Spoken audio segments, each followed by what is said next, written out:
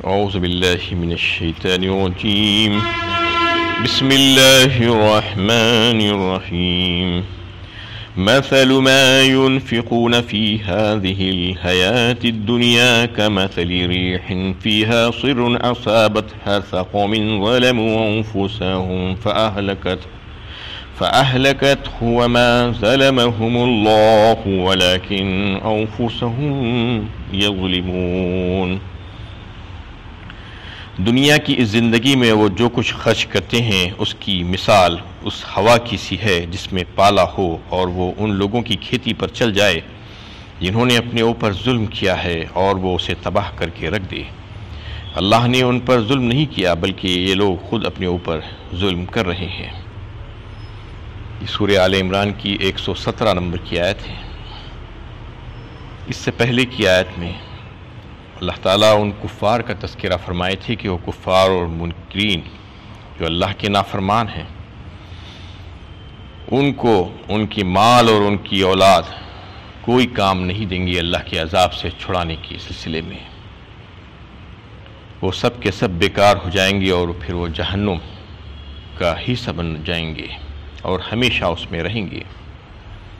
اس آیت میں بتایا جا رہا ہے کہ چاہے وہ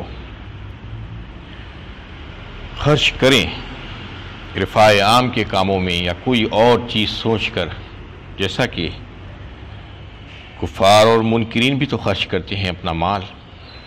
یہ سوچ کر کہ بہت سے دیکھیے کہ پن کا کام، نیکی کا کام، اچھا کام کہہ کر خرچ کرتے ہیں۔ تو اللہ تعالیٰ بتا رہے ہیں کہ ایمان کے بغیر کچھ چلنے والا نہیں ہے۔ جہاں پر عمل صالح کی بات آئے گی وہاں پر ایمان کی بات سے شروع ہوگی۔ ایمان ہوگا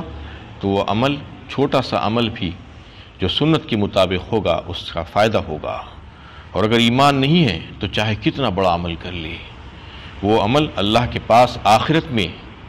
ثواب کا ذریعہ نہیں بن سکتا، نجات کا ذریعہ نہیں بن سکتا۔ ہاں دنیا میں اللہ تعالیٰ اس کا بدل عطا فرما دیتے ہیں کفار کو بھی، ان کا احسان نہیں رکھ لیتے کہ اگر وہ کوئی اچھے کام کرتے ہیں جو کہ ایمان کے بغیر ہے، چونکہ آخرت میں ان کا حصہ نہیں ہے اس لیے دنیا میں ان کو کچھ نہ کچھ عطا کر دیا جاتا ہے اس کے عوض۔ اس میں بتا رہے ہیں اللہ تعالیٰ کہ چونکہ ان کے پاس ایمان نہیں ہے اس لیے ایک تمثیل کے ذریعے سے اللہ تعالیٰ یہ بتانا چاہ رہے ہیں کہ کھیتیوں کے لیے ہوا کی اتنی شدید ضرورت پڑتی ہے کہ وہ مفید ہوتی ہے۔ بغیر ہوا کے کھیتی میں کوئی پھل نہیں آ سکتا، کوئی اناج نہیں آ سکتا۔ ہوائیں جب اللہ تعالیٰ چلاتے ہیں تو وہ اس کی وجہ سے کھیتی پلتی ہے اور بڑھتی ہے، اس کے لیے فائدہ بخش ہوتی ہے۔ اور اسی طریقے سے جو خیرات کرتا ہے بندہ وہ اس کے لیے آخرت میں فائدہ مند ہوتا ہے۔ تو کھیتی میں جب ہوا چلتی ہے تو اس کے لیے اچھی ہوتی ہے، لیکن وہی ہوا میں پالا پڑ جائے، آگ کا بگولا آ جائے یا برفیلی ہو جائے یا خوب تیز بارش ہو جائے تو پھر وہی ہوا اس کو تباہ و برباد کرنے کے لیے کافی ہو جاتی ہے۔ تو بالکل اسی طریقے سے جو خیرات و صدقات جو کیے جاتے ہیں وہ اگر خلوص نیت کے ساتھ، ایمان کے ساتھ کیے جائیں گے تو پھر اس کا فائدہ ہوگا آخرت میں بھی، اور اگر ویسا نہیں ہے، اس کے برخلاف ہے، تو پھر وہ زہر جو کفر کا اس میں ملا ہوا ہے وہ اس کو تباہ و برباد کر دے گا، اس کا کوئی فائدہ نہیں ہوگا۔ بندے کو یہ سوچنا چاہیے کہ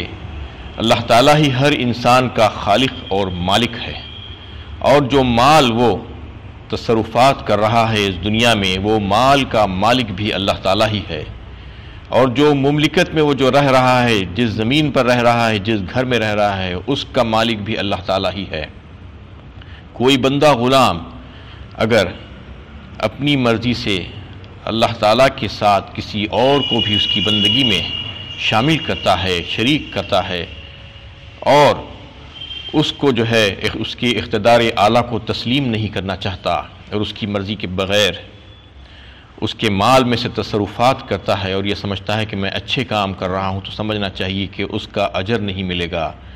اس کو آخرت میں، بلکہ آخرت میں تو اس کی سزا ملنے والی ہے، کیونکہ وہ مال اس کا نہیں تھا جو تصرف اس میں کیا تھا، وہ مال اللہ کا دیا ہوا تھا۔ اللہ کا دیا ہوا مال اللہ کی مرضی میں خرچ کرنا ہوگا، اور اللہ کی مرضیات کے خلاف اگر خرچ کریں گے تو اس کی پوچھ ہوگی، اس کے بارے میں اللہ تعالیٰ سزا دیں گے، اس کی جزا نہیں ملنے والی ہے۔ تو اس میں اس بات کی طرف اللہ تعالیٰ نے اشارہ کر دیا کہ وہ کفار اور منکرین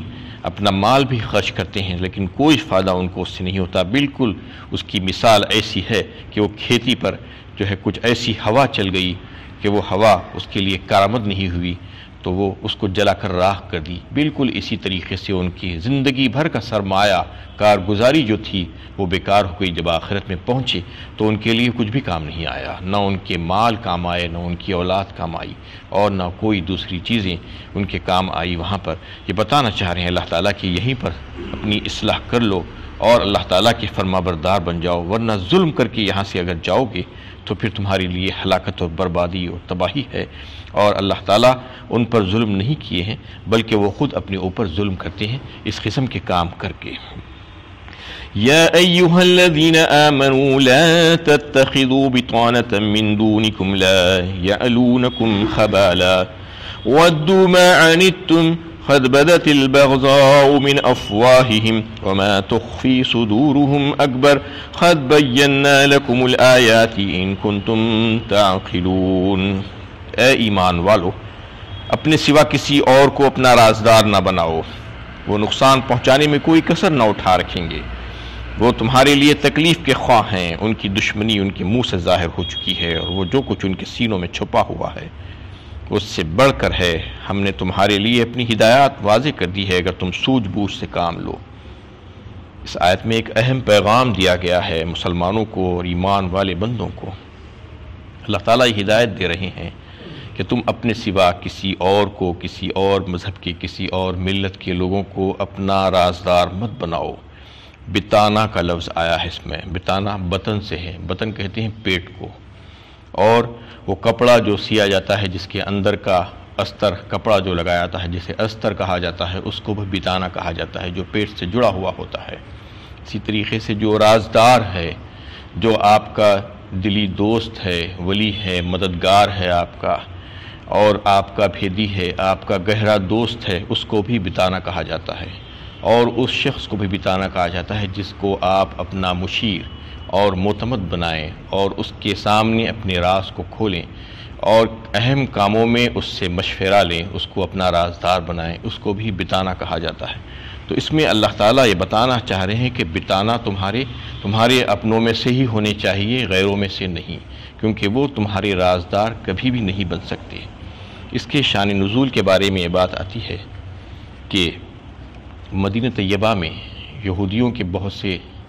جو ہے قبیلے آباد تھے اسلام کے آنے سے پہلے، اللہ کے نبی صلی اللہ علیہ وسلم کے مدینہ طیبہ تشریف لے جانے سے پہلے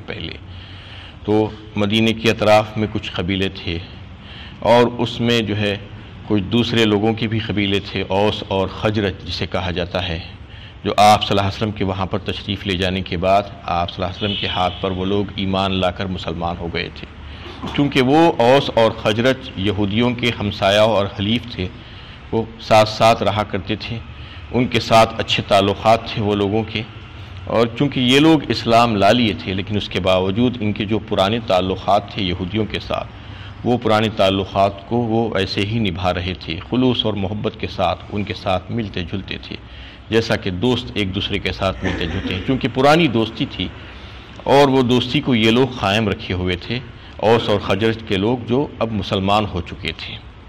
لیکن جو یہودی تھے ان کے دل میں بغض تھا اور نبی کریم صلی اللہ علیہ وسلم کے تعلق سے دل میں عداوت تھی، نفرت تھی، مسلمانوں اور اسلام سے بہت چڑھتے تھے، گھن کھاتے تھے وہ لوگ، اور وہ کوئی ایسے شخص کو پسند نہیں کرتے تھے جو آپ صلی اللہ علیہ وسلم کے جو ہے دعوت پر اسلام کو قبول کر لیا ہو اور مسلمان ہو گیا ہو، اس سے محبت اور خلوص جو ہے وہ کر ہی نہیں سکتے تھے، اس کے بارے میں سوچ بھی نہیں سکتے تھے۔ ہاں، ظاہری طور پر ان لوگوں سے وہ لوگ محبت کا اظہار کرتے تھے، چونکہ یہ حضرات جو مسلمان ہو چکے تھے ان سے خلوص اور محبت سے بالکل اسی طریقے سے ملتے تھے جیسا پہلے ملا کرتے تھے، تو چونکہ وہ بھی جو ہے ان سے ظاہری طور پر تو محبت کا اظہار کرتے اور ان کے دین کی تعریف کرتے اور مومن ہونے کا دعویٰ بھی کر دیتے بعض لوگ، لیکن اندر اندر ان کی نفرت میں اضافہ ہوتا جاتا تھا، اور وہ چاہتے تھے کہ مسلمانوں کے اندرونی حالات میں جو ہے ایسے کچھ کام کر دیں، فتنہ و فساد برپا کر دیں اور ان کے راز کو لے کر ان کے دشمنوں کے حوالے کر دیں۔ یہ تمام ان کے دل میں اٹھتی ہوئی جو باتیں تھیں اس کی وجہ سے اللہ تعالیٰ یہاں پر مسلمانوں کو متنبع کرتے ہوئے، خبردار کرتے ہوئے بتا رہے ہیں کہ خبردار تم اپنوں کے سوا کسی اور کو جو ہے اپنا دوست اور رازدار، دلی دوست، ولی مت بناؤ،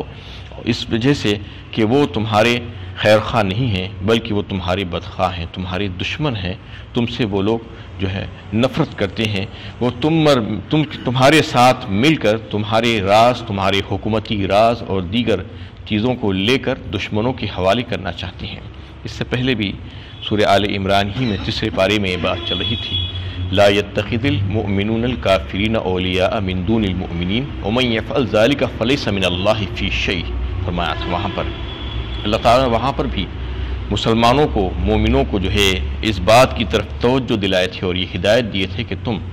اپنے مومن بھائیوں کو چھوڑ کر کفار سے دوستی مت کرو، لا يتخذ المؤمنون الكافرین اولیاء من دون المؤمنین ومن يفعل ذلك فلیس من اللہ فی شیء، اور اگر کوئی ایسا کرے گا تو اس کے لیے بڑی سخت وعید بیان کی گئی تھی کہ تمہارا اللہ تعالیٰ کے ساتھ جو رشتہ ہے وہ رشتہ ختم ہو جائے گا اگر تم ایسا کرو گے، یعنی اللہ کے ساتھ اگر رشتہ ختم ہو جائے گا تو پھر کس کے ساتھ رشتہ بچے گا؟ تو اس میں بڑی سخت وعید کے ساتھ اللہ تعالیٰ نے اس بات کو بتایا تھا، اور وہاں پر تفصیل سے جو ہے بات ہو چکی ہے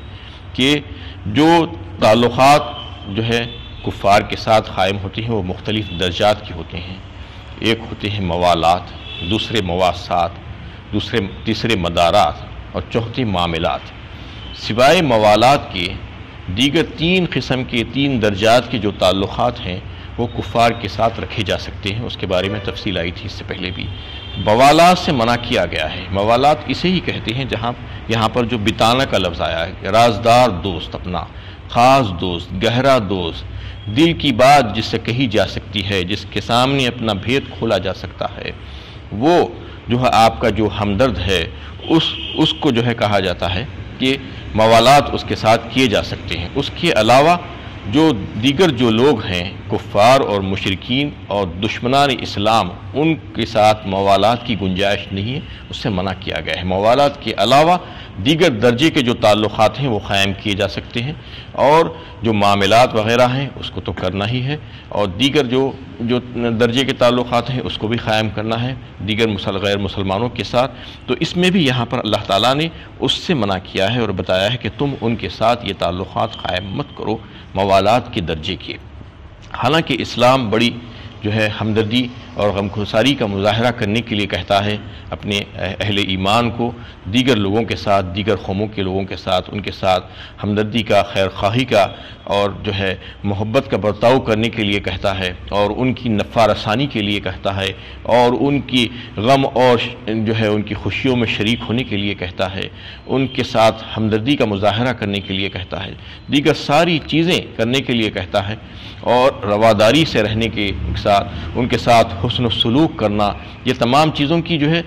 ہدایت کرتا ہے اسلام اپنے اہل ایمان کو۔ لیکن یہاں پر آ کر اس بات کو بڑی سختی کے ساتھ منع کیا گیا ہے کہ اپنی قوم اور اپنی ملت اور اپنی جماعت کی حفاظت کی خاطر تم